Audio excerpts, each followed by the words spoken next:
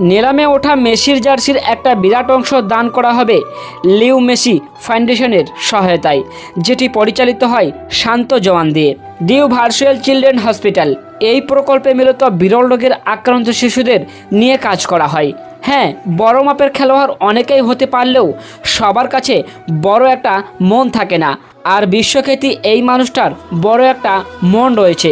তাই তো নিজের খেলার টাকার জার্সি নিলাম করা পয়সায় এবার মেসি চিকিৎসা করাতে চলেছেন এমন অনেক শিশুদের, যারা হয়তো এই পৃথিবীতে সুস্থ হয়ে ফেরার কথা ভাবতেও পারেনি কোনো দিন, যদি না মেসি পাশে দাঁড়াতো।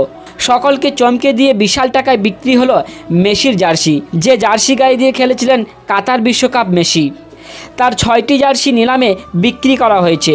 নিলামে জার্সিগুলির দাম উঠেছে 78 লক্ষ মার্কিন ডলার, যা ভারতীয় টাকায় 65 কোটি টাকা। আর সেই টাকা দিয়ে এবার মেসি বিরল রোগের আক্রান্ত রোগী